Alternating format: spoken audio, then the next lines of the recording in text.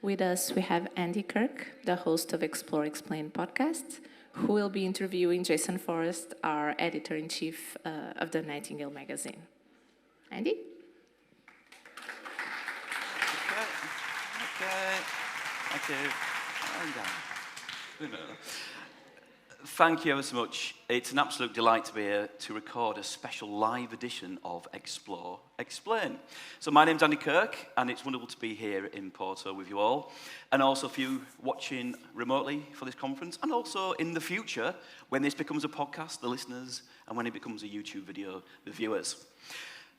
If you are not familiar with Explore Explain, what the hell is wrong with you? This has been going for 3 years now. You've not had any excuse. It's a long-form series of audio and video episodes where I interview dataviz designers, developers, journalists, editors, all sorts of people to learn about the backstory or the behind-the-scenes story for their works. And over the last few years, we've had a bunch of wonderful guests learning so much about their process, about their hidden decisions, about their struggles, about their compromises, about the things that they could have done but didn't do. And this is what many of us are in this for, to learn about the process, not just to see the end point, but to understand the journey that people took to get there. We're into season 4 now, and next week, hopefully, there should be a new episode with a wonderful guest from Mica, who are one of the conference sponsors, Steph Bradley, about her capstone winning project from last year. But today is about Nightingale magazine, season 4, episode 4. And obviously, there is a group of people, the editorial team, that sit behind the work. There's many more contributors as well, who we'll speak to shortly. Only one of those people can join us today. Don't come out yet, Jason. First of all, we've got Claire Santoro. And here's Claire waving. This was the 10 seconds, the worst 10 seconds of Claire's life, having to record this to a Zoom camera. But Claire is the content editor of Nightingale magazine. She's an independent information designer with a background in economics and environmental science. So welcome, Claire. We've also got Emily Barone, the managing editor. There's Emily going for the double-hander technique, which I think is quite interesting. Emily's a career journalist and recently sort of taken up this position replacing Mary. We've also got Julie BRUNET. Julie's going for a wild double-hander, and there's kisses being blown there. Julie's the creative director, based in Paris. She can't unfortunately join us today in person or online, but it's wonderful to welcome these three, for whom I've recorded previously Zoom conversations, and I've clipped their best bits that we'll see and hear over the next hour. But the fourth member of the team is none other than the editor-in-chief, Jason Forrest. Can we have a round of applause, please, for Jason on stage? Oh, yeah.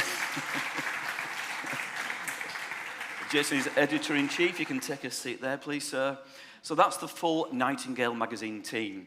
And if you've not already seen the magazine, you should do. There are copies, I believe, still available outside to buy at the stall. Jason was selling up until 10 seconds before this the kind of commercial mindset. Thank you, Jason, for joining us today. This is the team. CMYK, Claire, C, Magenta, M, Emily. We've got Y, Citron, yellow, and then Jason is K. McKinsey, we'll work with that. Yeah. So today we're going to learn about the backstory behind these 2 issues of the magazine, and issue 3 is coming out very soon. Again, to learn about the things that we don't know as readers, the sort of struggles, the trade-offs, the challenges, and the moments of delight as well. So we're going to start off by looking at the kind of broader context of the magazine. And my first question, which I'm going to just sort of run past Jason, is what was the origin story? Where did all this come from? Why have we got a magazine now? What was the sort of moment when you thought, you know what, let's do a magazine? So hi, I'm thrilled to be here. Thank you so much for the interview. So it really started with the literal moment that the DVS started. It was like a Slack group. I happen to know the co-founders and Elijah Meeks. I remember writing him, and I even went back and checked this. Like literally, like my 7th message to him was, you know, if this whole thing works, we could make a really kick-ass publication. And he was like, oh, that's the cart before the horse. And I was like, yeah, we can even turn it into a print magazine. And so the truth is that I really had a vision for what could be possible with Nightingale since really the very first moments of the DVS. So they're really, really connected. Yeah, and obviously we've seen the lineage of the DVS from the community and the sort of Slack environment that everyone's chatting away, and it's brilliantly overwhelming on there. You've got the digital side of the journal, you've got the print journal, you've got events like this spin out, so it's all kind of wonderfully kind of coalescing together. And on that note of vision, and I'll start off with you again here for this, Jason. You spoke in one of the pieces that you wrote about, the kind of reflections about this collective vision to focus on the community, which is what this is all about in the first instance, but to bring a new standard of design and editorial quality to our approach. I mean, what's driving you to bring that? What's your passion behind all this?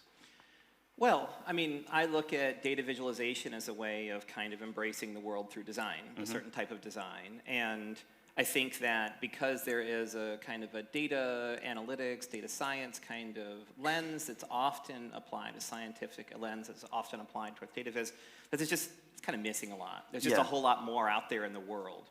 And so when we first started talking about the print magazine, because I kind of have to like break these things like kind of like in smaller bits. And I remember saying to the editors, I was like, yeah, I want to do a fashion magazine for dataviz. And they were like, what? And so I think that's the catch, is that there's just simply so many things that we haven't really explored yet as a community of practitioners, and even just as far as subject matter goes, that other groups have already done. There's lots of different ways of communicating. And as we see at the conference here, there's a number of different ways that people are using similar mindsets to apply towards different types of problems to be discussed. Right, absolutely.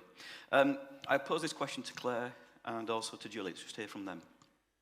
Yeah, the process of starting to make a magazine was a tough one. Imminently. Because on so many levels, we didn't know what we were doing. There's the logistics of, how do you find a printer? Who prints these sort of small run independent magazines? How do you ship? We knew from the beginning that we wanted to try to ship to as much of the world as possible, because that's always been a core element of the DVS mission. But, how do you do that? So there are all those logistics components, and there's not a how-to guide online about how to print and make an indie magazine. And so we felt like we were pretty much just Googling blindly. But then there was also the trick of we needed money in order to secure all these vendors, but we couldn't sell magazines to people before we could tell them what to expect. And so it was a little bit of this chicken and egg problem, where we needed enough of a vision that we could start selling subscriptions, and that people in the data visualization community would trust us that we were going to make something really neat, so that we could bring people on board to design, to print, to handle the logistics of the magazine, so that we could get it back to those people who had already paid for it. Designing Nightingale magazine was a huge opportunity and an amazing one. And I think there was some kind of maybe pressure, because, you're talking to the dataviz community, that's my peers. And of course, like, the community gives so much that I want something to give back. But at the same time, if I'm honest, like, I didn't really, while doing it, feeling the pressure. I just feel the sheer joy of it. So maybe that's what is showing that Nightingale for me is really like a playground. I feel like it's just so fun. It's just so amazing. And so, yeah, I think the boldness, the affirmative come from that. The fact that when we talked about it with Jason, like the first time we met, he really said that he didn't want something serious. He wants something with a lot of energy, a lot of joy, and a lot of passion. And so I feel that maybe that what the design was about to translate. And so the other part of Nightingale, so the community part and the expertise parts. So the expertise, I think you can find it more in the content itself. But for the design, I think we really try to embrace the boldness, the joy, the being together happily, and that's really what I try to translate, and that's what I think I felt when doing it, and I'm really happy if that's what kind of reflects when you're reading it, and that's amazing. So there's themes there about boldness, community, expertise, all being mixed in together, but also Julie speaks about energy and joy, and I think that's something that you have mentioned to me, that you want to really kind of instigate into this. That, Absolutely. Not make it a job, but make it a pleasure. Yeah, it's how it's how I identify myself at this point. And, you know, when you're exciting and things are fun and they're interesting and you're grabbing people's sense of curiosity, that's when you make an impact. I think we're all in this room and everyone online, our jobs are to fight against the 85-page black and white report with 25 pages of tables at the end, right? Like, and joy is such a part of our day-to-day experience of finding that story, of finding that shape. And then also, like, honestly, I don't really believe in a lot of the dataviz rules. And I'm just like, let's just break them all down and figure out how we can apply the whole world of communication theory to our work. Issue 3 is about guidelines, so that should be an interesting... Uh-oh, I think I just spoiled it. So next up the question is, why the hell would you launch a print magazine in this era of digital? We'll come to you in a second, Jason, but first of all, Julie, it was a big print fan, it seems. So we definitely live in an area where most of everything is digitalized, and that's the main of my job. But still, I believe everyone is obsessed with paper, and publishing something, it's still the biggest achievement you can have in your life. I think not only printing something, but seeing your name print on something and be able to say and see it and show it to other people. And so I think it's really weird because we still kind of fantasize being printed, you know. So for me, that totally makes sense. And as a designer, of course, print is an amazing area to explore. And there's a lot of constraints that you have to work with print, and they're really creative. But I do think that when you do digital visualization, you also have a lot of constraints. So for me, they're just two different sets of constraints, and I love them both, really. But I would say that in print, the fact that you have this final product that you can handle in your hand that really live in the real world, it's one of the most thrilling feeling you can ever have. So I'm super grateful to Nightingale to be able to carry this baby in the world. So what I appreciate about digital is that you get that instantaneous response from people. Things can go up very quickly, but there's something to be said about the curation of a printed publication and the staying power of having something that is that tangible and can be used not as just a glossy magazine, but also as a resource going forward. Not something that just passes through your Twitter feed, but something that you can pull off your shelf and go back to for inspiration and for ideas. And that was the thing that Claire spoke about as well, this idea that we've got this sort of fly-by nature of social media. You see all these charts flying through your feed and your timeline, and they don't always stick. You don't always have time to look at them. But there's something about print where there's a degree of archiving, there's a degree of curation, there's a degree of permanence and sort of preservation that digital we can't rely on. I mean, we always remember the era of Flash disappearing, and that kind of killed all those digital pieces. So I guess, you know, anything further to add from your perspective about the beauty of print, the value of print in this era? So I'm just struck by the fact that I haven't written about this before, but I actually thought about the other idea that really was an input is that I was doing all this research about historic meteorological data, and there were professional societies that made journals that were then put into libraries, and those libraries were, of course, archived, so I could find the thoughts of the moment of a community historically speaking, from our libraries. And that was actually, that's why it's called the Journal of the Data Visualization Society. Right. Is because it actually is a journal of our community's thinking, and that's why we want it to be in multiple different formats. Absolutely. Permanence. Yeah, permanence. And that idea of the community as well, I think, is captured in this next section about who's involved in its production. And we commence with a quite simple quote from Emily: "We are a lean, mean team." We are. One of the themes that I picked up from the conversations, which we'll hear from shortly, is it's maybe not always visible on the outside how few people are involved in the production. But let's just hear from Claire and then from Julie as well. At its core, the team that puts together Nightingale Magazine is Jason, editor-in-chief, Emily, the managing editor, me, the content editor, and Julie, our creative director. So we are the 4 people that are really doing the bulk of the work, from finding and commissioning articles to editing them, laying them out, designing them, proofreading, handling all the logistics. So that's the core team. We do have a large group of volunteer editors, and they kind of come and go as their schedules allow, and they'll help with anything from editing articles, occasionally helping with article layout or particular illustrations if we need some imagery to go along with an article that maybe didn't provide its own images. We also commission outside illustrators, so that's something that's important to us, and so they also get credit.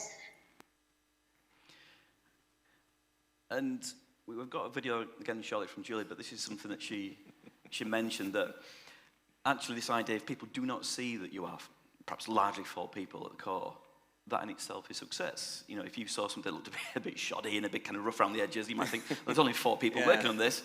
But I think that's quite important, and she elaborates a little bit further in this little video. The fact that we're doing this online and quite remote from each other on different time zone, because me being French and in France, that also adds a layer, you know. But at the same time, it's such a unique experience, and that really also make it what it is. I think it's this kind of weird way of creating it, that it's not really conventional, and I like it. It's really weird, and to be honest, it's really tiring, and because we have to collect all these articles, we only have a really short period to actually put the magazine together. We're talking just weeks. And for me, for instance, doing the design, I'm kind of alone on it. So it's like 140 pages that I have to, do in just a couple of weeks. And it's so tiring for me. Like when it's over, I'm like, I need to lie down in the dark for like 3 weeks. But at the same time, it's an amazing opportunity. And this is something that you wrote. I won't read all that out, but again, what comes across there is that word or phrase, deeply joyful, and also perpetual learning. Because as I think Claire mentioned in an earlier video, this is the first time you've all kind of come together to do a magazine. You're not a publishing house. So, what's your reflection on the first couple of issues, let's say for now, how you've collated people together? Not just the core team, but volunteers, editors, sponsors, all these different human involvements. Well, I think there's a few different answers for that. I'll see if I can pick one. I think that's one thing that we've been really mindful of is not just going to the same people over and over again. Right. And that also really means the DVS. Like we're continuously trying to find people from other communities that we can bring in so that we can be a bridge to designers or to data scientists or to, branding directors, any number of different types of people, researchers. And we regularly, I think both the first 2 issues have, I think, 3 or 4 issues from people that have nothing really to do with dataviz whatsoever. The new one, the next dataviz challenge, the Dear Nightingale, is from an artist. Right. Yeah. So bringing different ingredients from outside this bubble that we're in, yeah. Yeah. And then I guess the next people are the recipients, the readers, the audience, and who you're trying to reach with this. I'll come to you first, Jason. What would be the kind of characteristic reader that you want this to succeed for? Well, what's really funny is we've heard stories that like people's parents really like it. Like it's not even people that don't have anything to do with dataviz, That's right? so uncool. No, it's the best because it's like making a great chart. When you make a great chart, anyone can see it and say, "Oh, look at that! Oh, look at this! There's a thing here." And that's what we try to do with Nightingale. Is we want to make something that's interesting, it's captivating, it's bold, it's joyful, and people hold it and they're like, "Oh, this is just a great magazine. Oh, it just happens to be about making charts." Yeah, and I think I'm just going to quickly skip Claire's video, but going on to Emily. Foundation. Sorry, Claire.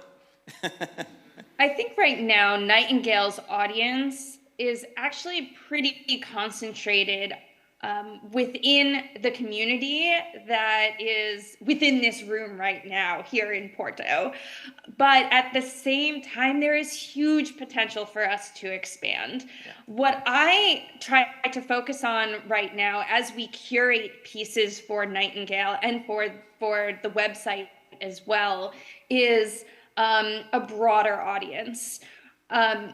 And that is tricky because you do want to make sure that you're catering to the people who have been practicing data viz and are experts in their field and have been doing this for years and will still come to our publication for ideas and news and inspiration, while at the same time being inclusive of the people who are just starting their careers.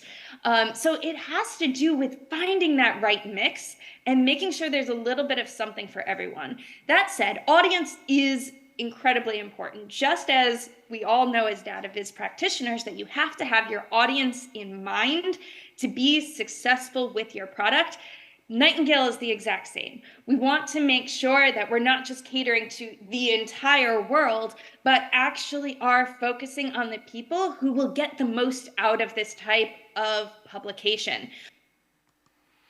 And as Emily mentioned there, its reach potentially is far and wide. It is parents, it is people, kind of passers-by, if you like. And given that the magazine is a mirror or a lens to the community of dataviz, that's always growing. And so I guess you'll always be growing your intended audience for this as well. Yes, and we're actually trying to go deeper too. Right, and like I think that there's also a pretty big risk that it just becomes the happy-go-lucky design thing.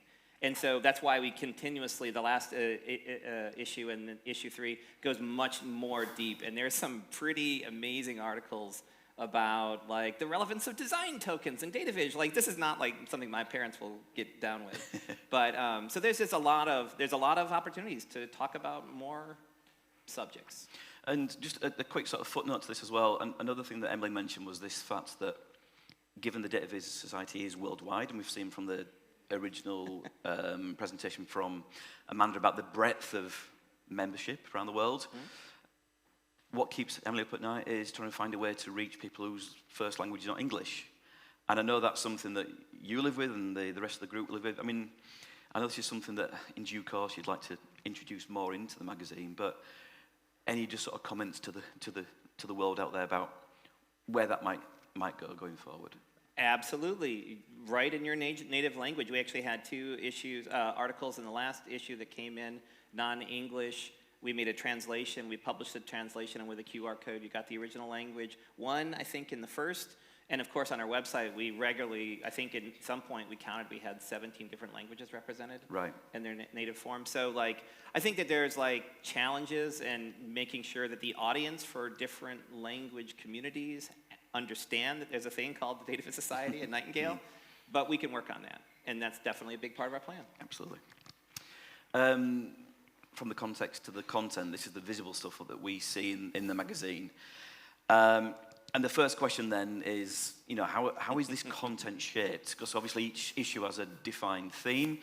And we've got a little contribution from Claire just to sort of talk about how this is perhaps shaped by you guys.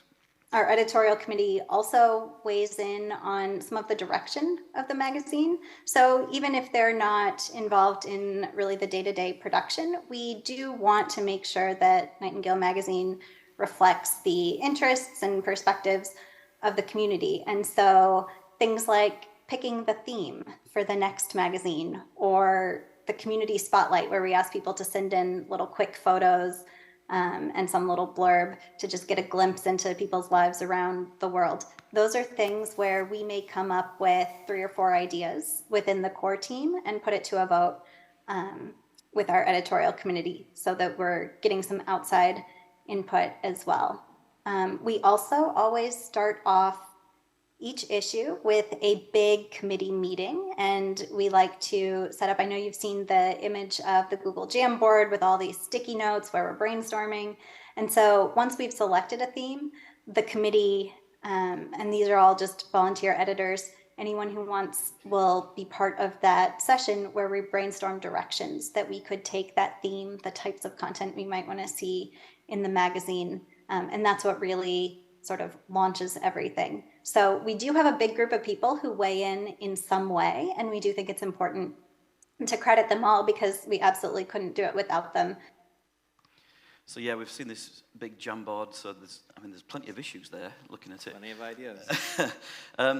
Just very quickly, what's the sort of rationale that you kind of end up saying, right, that is the theme that we're going to go with? I think you want to make a theme that's going to be broad enough where you can really explore in it, right? You want to be able to kind of tick some initial boxes and then kind of challenge what the perception of, let's say, guidelines or culture is.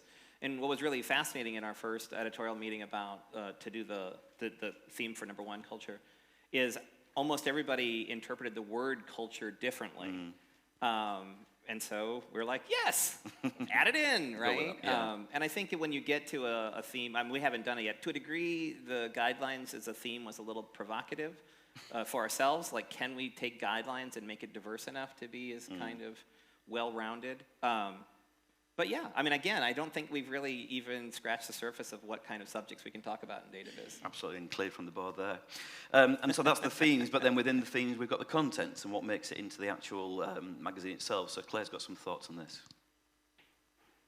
Blending different voices and also visual styles is a huge challenge, because we are a data visualization magazine, and a lot of the pieces that people submit to us include data visualizations, but everybody has their own style. And so this was a huge challenge for us with issue 1, and it continues to be now, trying to figure out, how much do we try to edit the pieces so they have a sort of similar tone and voice? How much do we encourage people to follow one particular visual style versus another? And that's really been a huge part of Julie's work as creative director, is to find some sort of brand identity for Nightingale Magazine that's flexible enough to seamlessly integrate visualizations that just have totally different styles. You'll have someone who has a really, bold geometric approach, someone else who has a really delicate and floral approach, and they need to feel like they're part of the same magazine. And so it's the same with the text, where it's a really delicate balancing act between editing the content so it feels part of a professional magazine without losing the voice and the tone of the author. And just skipping Julie, sorry, Julie. Yeah, thank you. One of the things I really picked up there was the real delicate balancing act that you're trying to play with this editorial role to preserve the voices of those very disparate authors and the disparate type of visual pieces they're referring to, but not smooth it down so much that you've got this sort of kind of a homogeneity in the content. Is that something, I guess, that will only get mastered once you've kind of gone through a few cycles and you find that just instinctive position? I think you've done it very well already, but is it a journey? Yeah, we're definitely figuring it out. Also, I don't really want any of you to know what the next issue looks like. I want there to be a real sense of discovery and surprise. So, I don't know. I don't really intend for it to become something that you know. Right. So it's like the Coca-Cola formula. Maybe it sounds provocative again, but it needs to be perpetually surprising. Yeah, well, that's good perspective. Because you get bored otherwise. Right. That's how it works with humans. And I guess with that then also comes the sort of rhythm of the content in terms of some things that are bespoke and unique to each issue, some things which are recurring, so you can have that expectation. Yes. And again, we've got a couple of contributions from Claire on this as content director. Before we ever get any submissions, we like to have a rough idea of the types of content that we would like in the magazine. Not necessarily specific articles or specific topics, but kind of the flow. You know, we want this many long articles, this many short articles, this many articles that are, you know, mostly just a visualization with a tiny bit of text describing it. So we have some idea of the rhythm and the pacing of the magazine. And so that's a lot of my work, is to figure out, you know, what flow do we want? And then the balance between submissions and commissioning. We'll often hear from people who are working on submissions, so we have some idea even ahead of the deadline of the kinds of articles that we're going to get. And so we can start to identify areas where we might have a gap. For example, if we don't have any full spread visualizations, maybe we need to go looking for some work that someone has already done and ask them if they'd be willing to write up a little blurb so we could feature it, or ask someone if they're willing to create something specific for Nightingale. So we start to fill in those gaps as we hear what people are working on. We also sometimes just have ideas that we think would fit really well with a particular theme. So for example, in issue 2, I actually worked on a piece where we interviewed Ed Hawkins about the warming stripes graphic. The theme there was inspiration. And so kind of immediately once we picked that theme, we thought, wow, we should have something on the warming stripes. Yeah, so most of our recurring sections have actually started online, and then we brought them into print. So for example, dataviz horror stories, which is one of my personal favorites and I think has also been pretty popular online. That was popular from the get-go. And so we knew that we wanted to carry that through into print because it was something people really seemed to enjoy. One of our big goals, one of DVS's big goals, is to build and support the dataviz community. And we posed this question to ourselves of, how do you build community in a magazine? You know, this is something people are going to be reading by themselves at their own homes. So how can we create a sense of community? And so one of the ways that we do that is through all these little community features. 3 questions with, horror stories, the community spotlight. We felt like that was our way to sort of bring people together and give a sense of community. These aren't necessarily the superstars, the people with the name recognition in the field. These are just little glimpses into a day in the life of someone who happens to work on data visualization. And we think they're really neat, really interesting, but that was kind of our way of bringing that community spirit into a print magazine. And I think on that, there's obviously, it feels like to me like a chef's role, bringing all these different ingredients in and trying to find the right balance, the right kind of combinations. Again, speaking to the audience that we discussed earlier, there's a lot of people that want different things, they've got different dietary needs, to stretch this metaphor too far. But yeah, any sort of reflections on how this bespoke versus recurring content has been sort of progressed so far? So the one thing we haven't talked about is when we basically said that we're going to do a print magazine, and everyone's like, wow, that's crazy. And then there was this point where like 3 months in, we're like, okay, what's actually in a magazine, right? And we went to like all these like existing magazines, and we're like, okay, well there's like a light part at the beginning, and there's, you know, it's usually like the meat in the middle, and then there's usually something like a reviews section at the end. And that's when I was like, reviews section. So here we go. If any of you want to write a review for Nightingale about anything, this conference, for example, your lunch, it could be your tote bag. Bring it in. Let's put it in Nightingale. So there you go. It's your journal. There's a challenge. Yeah. On to the design. So Julie, as the creative director, has very much sort of led on this, and she's got some wonderful thoughts on the story of the artwork and the art design, the art direction. And it begins. I haven't seen this. I'm really curious. Yeah. Well, there's a bit I cut out about the disagreement you've had creatively about the spine art, but we won't go into that right now. Okay. So the cover art, the story of these really kind of wonderful front covers. Let's hear from Julie. For the egg, the voila moment of visualization really strikes upon me too, because all the other iteration that I did was illustration that I created, and I really didn't thought about using an image like a photograph. And I really tried it. I don't know, when it's been like several hours, you're trying something on a project and you're kind of in this zombie mode when you're just doing stuff. And so I just put this image, but just like, throw it there. And I was like, oh my God, but it works.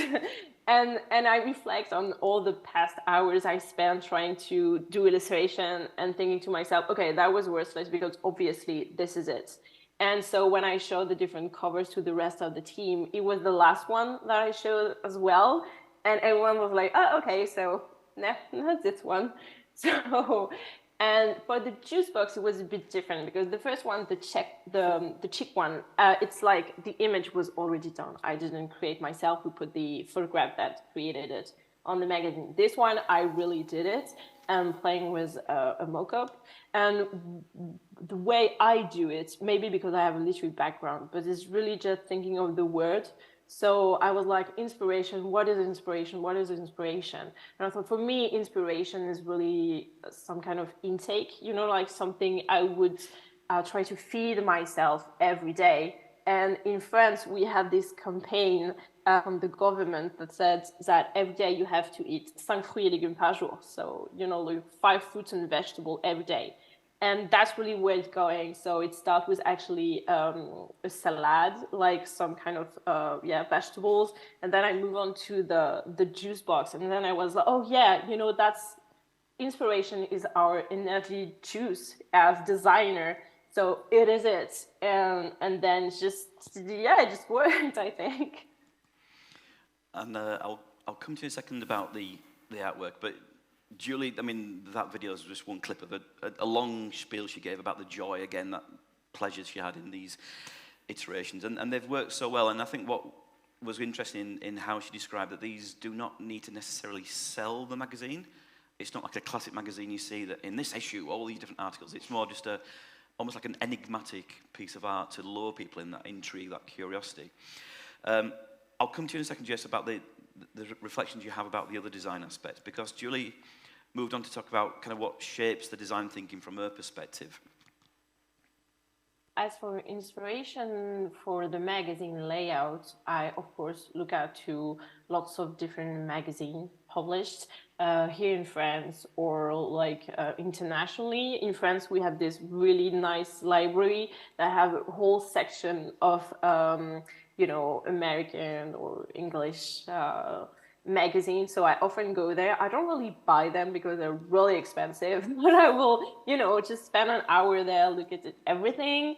And I also draw on a lot of inspiration from other editorial sources, like it can be book, it can be magazine, it can be posters and everything, and trying to bring it back to the magazine. And the way we kind of work it out is that we have those templates that are quite basic and fixed with the number of the columns. And then what I like is bringing disturbances with either kind of moving things around or having those bold fonts for the title that would bring new energy to it. So yeah, that's usually the kind of visual inspiration I have. And I really, really love the design of the 50s, 60s, especially advertisements, because they have this kind of structure when they have something that is not grid-based, but quite kind of straight and square. And then they have this kind of massive thing that will just disturb everything. And that's what creates the visual interest for the people. And I really like this kind of formula. So yeah, so obviously Julie's led a lot on the art design. What's been your reflection on how that's gone? I mean, from the outside, it looks tremendously successful. It looks so cohesive as a single publication. It's got a real identity, a style, kind of confidence. But that's not for the lack of hard work. Well, I'm obviously, you probably all know this, I'm like totally obsessed with dataviz history, and one of the things that I'm most obsessed with, although I have rarely written about this as well, is Fortune magazine. And Fortune magazine, I'll keep it short, I swear, basically was a magazine that brought business writing to the world that didn't exist before that. And they put these conceptual covers on that were very artistic. They literally worked with all these modernist artists, and it was something that just had never really been defined in that way. And that's very much, I mean, literally we made like a big Pinterest board, and Julie and I just threw all the stuff on. It was like, at the end of the day, we had both put like tons of Fortune stuff in. So like, yeah, we'll see how the covers develop in time. But yeah, we like it. We like that it's a little bit of a visual mystery. Absolutely. On to reflections now, because of course we're through the first 2 issues. You're very much on the verge of issue number 3. But looking back, I asked each member of the team a few quick-fire questions about their reflections. And the first was to ask them about their favorite thing, spread, article, feature. So let's hear from Emily to begin with. My favorite content is definitely spotlight submissions. When people send in the work that they created and we can lay it out on the page and put it side by side to see how different people in the community approached the same topic.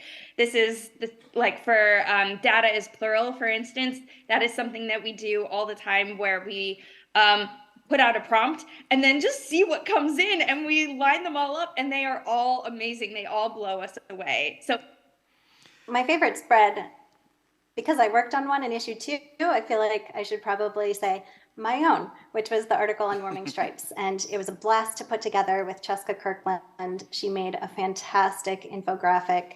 It was really a joy to work on that.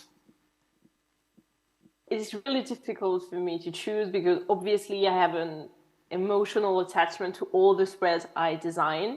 But weirdly enough, I know it's going to sound like a weird answer, but I actually really love doing the back cover and doing just the back. And sometimes, like of course, the magazine are kind of on display on my house, and sometimes I just flip it back because all I want to see is actually the back cover.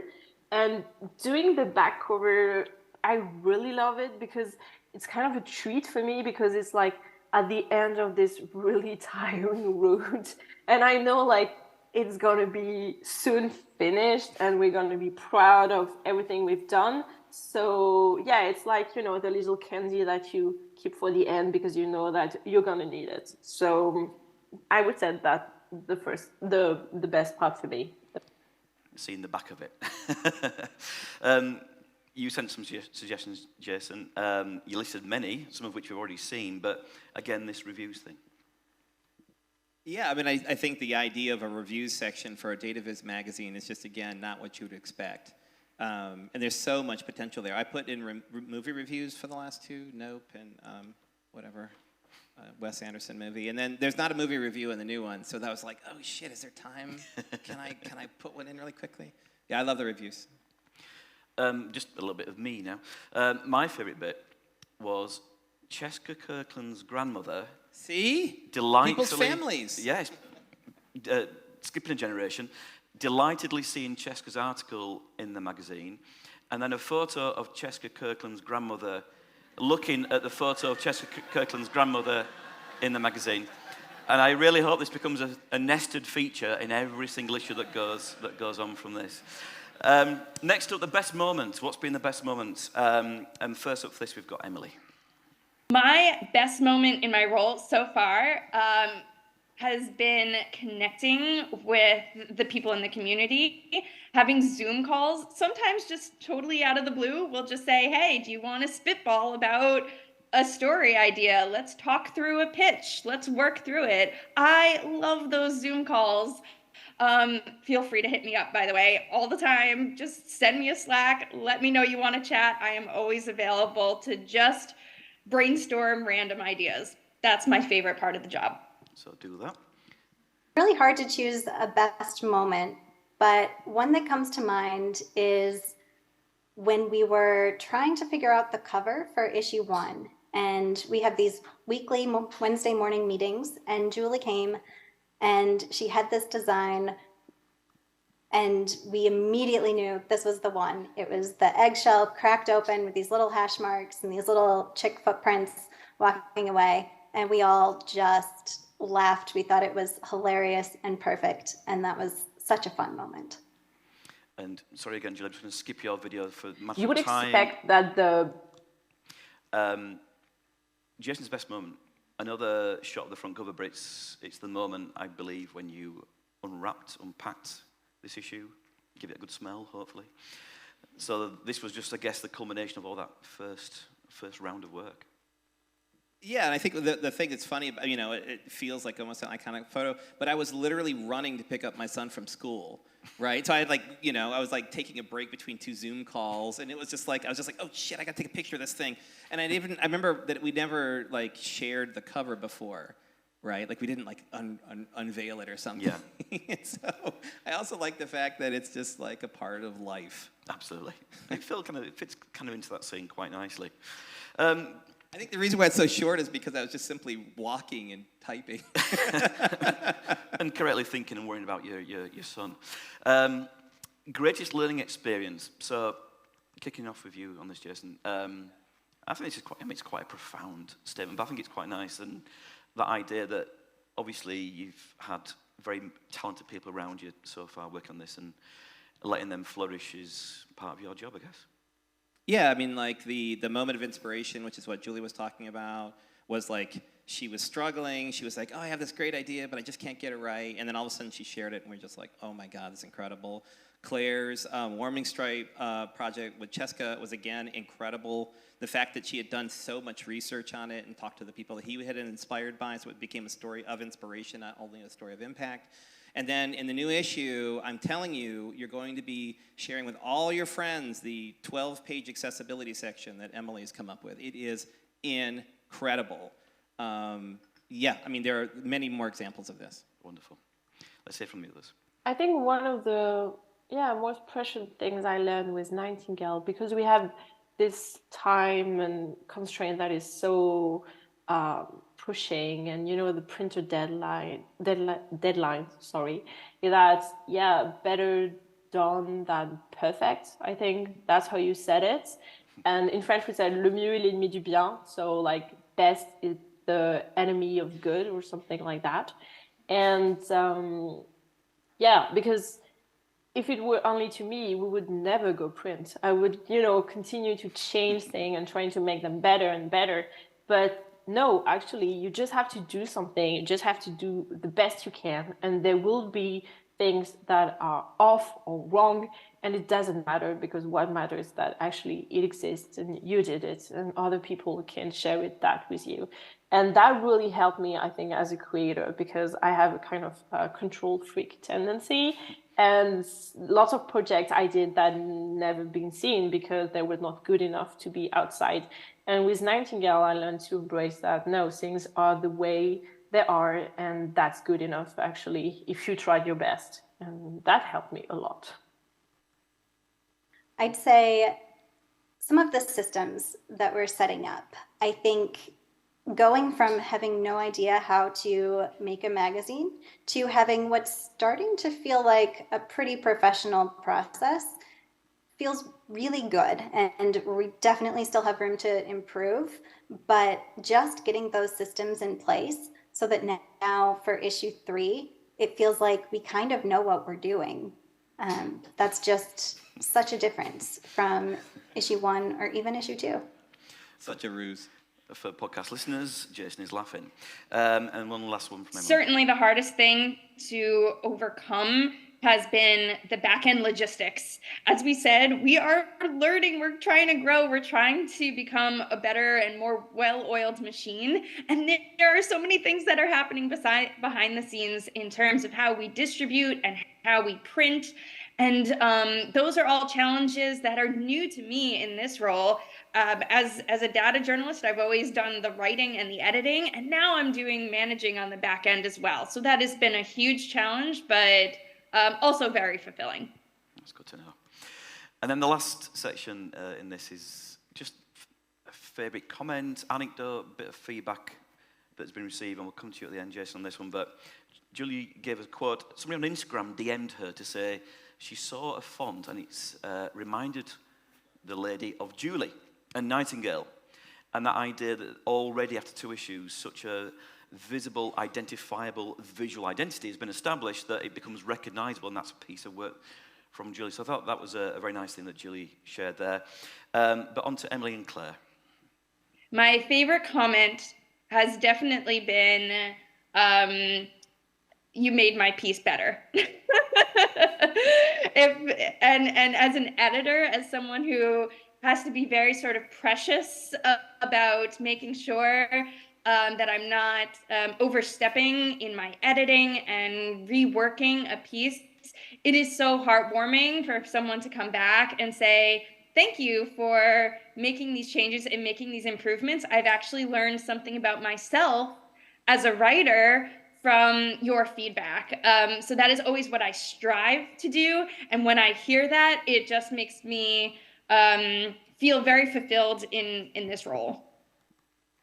We've gotten a lot of great feedback on Nightingale, and that's been just so encouraging. But I think one of my favorites was a photo that someone posted on Twitter of a classroom of kids looking at the Kids Table zine from issue 1 and doing the activities in it.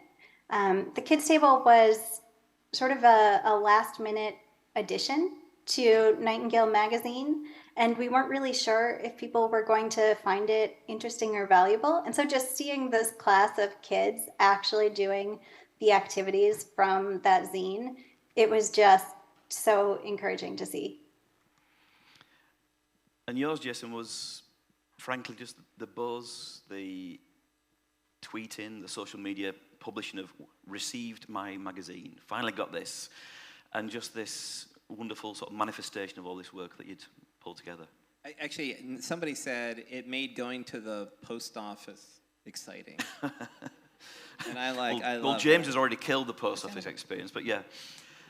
Well, that's it, and obviously, you know, you're shipping these around the world, and I know that's not an insignificant task. We don't need to get into that for today, but yeah, just, you know, reaching people, the readership, getting copies, that's... well, that they want to share it. Yeah. It's not really about people sharing it for us. It's about that they want to share it to their friends. And that's where the payoff is. Absolutely. I do want to build in time for questions. I've got my field reporter, Will, running through the thousands of questions that are coming in. But just quickly, you know, looking forwards, what's next? We know that there is an immediate prospect of issue 3 landing. Oh my gosh, is that our new web shop? Oh, tell us more. This is the sales portion of the podcast. So yes, we've run this magazine. Yes, it's very difficult. But since December, we have put in an entirely new logistics company to fulfill your magazines. It used to only ship once per month. Now it'll ship within 24 hours. There'll be tracking available. We have a new printer. And additionally, this web shop on Shopify, which we really love, and it makes everything so much more practical and transparent.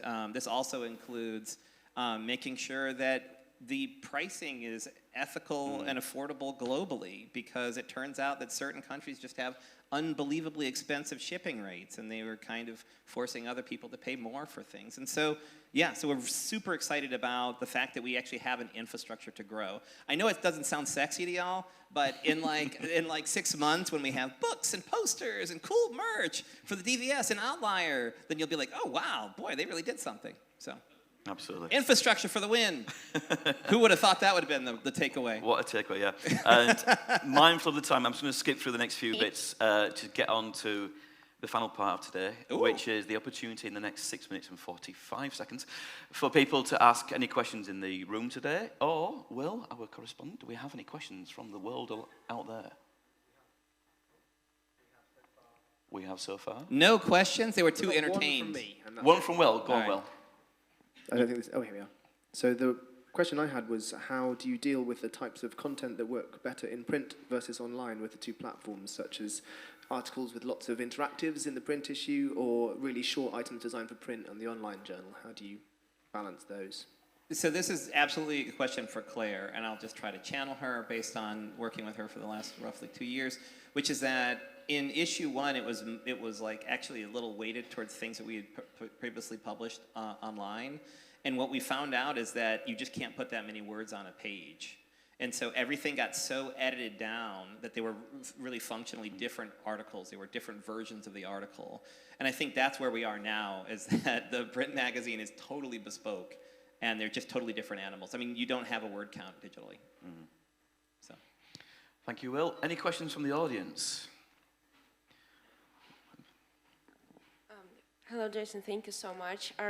You've been working for quite a long time, and have you ever faced this situation when you feel like there are nothing like new topics, and all the topics were already covered? And if yes, how do you deal with this? Never. Would you like to elaborate? No, I feel like we're just getting started. I feel like there's way too many things to cover. We always have to cut stuff out because we have too many articles. I mean, the thing is there as well, the dataviz field is always evolving. Things that were rules once becomes more of a heuristic, and so it never stays still. It's always shifting, right? Nobody wants to read another article about pie charts, about why they're bad, but every time we do end up publishing one of those, which is basically annually, it always gets a lot of traffic. And the reason why is because people are still curious about the subject. And so even very simple, rudimentary, 101 dataviz topics that we're frankly not super excited about have an audience, and that audience has value. So there's even reasons for going and retreading some things. Issue 4, pie charts, by the sounds of it. Any more questions from the audience in the room? It does have a ring to it. Oh, yes. Sorry, sir. It's going to be a thin issue. No, that's the double issue. Thank you. Thank you both for your time. It's been an amazing podcast. Really appreciated the conversation. 2 questions.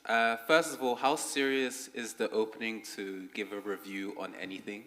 1,000%. 1,000%. Yes. Okay, brilliant. So on that tone then, for someone who has never submitted something to a magazine before, what do you look for? What does the team look for to get published in the magazine? So we actually entertain every article that comes in. There's been a few that we turned down for various reasons, and that was really only after protracted conversation with the author. So almost everything that's ever come in has been published. There have definitely been pieces where we have worked with a person to edit, and then they just never finished the editing process. But what I always tell people is we pay everybody $50 still. If you get it in print, you get paid again. We connect you with an editor, probably one of us, to help you make your work as good as it can be. And we market it. I mean, that's pretty good, right? That's not a bad gig. So yes, please, if you want to write something, just write us. I mean, our email's on our site 1 million times. There we go. Thank you. Thank you, sir. Any more questions from the audience? Anything coming in from remote, Will, yet? Or just Other sat there than and wonder? pleased to reveal things that you're not going to, like the issue 3 cover and demands for more reprints. There's nothing else on there. Demands for more reprints. Okay. More reprints are possible. We'll take that up a little bit later. I'm looking at our operations director. He says no, so you can complain to him personally. I'm kidding. He didn't say that. I'm just joking. Yeah, listen, we have lots of opportunities. We're really pleased to have the community, and we're really excited about growing and expanding the scope of the project in the next year or 2. And then there was another question about... No, there's nothing else. I'm an open book, answered. And you've read it. Cool. Everything's done. Thanks. Thank you very much. So thank you, Will, for posing the question. Thank you to the AV team. Yes. Stars of this episode. Thank you very much to them. Clap, clap, clap. And thank you to Claire, Emily, Julie, and Jason. Thank you very much. Thank you.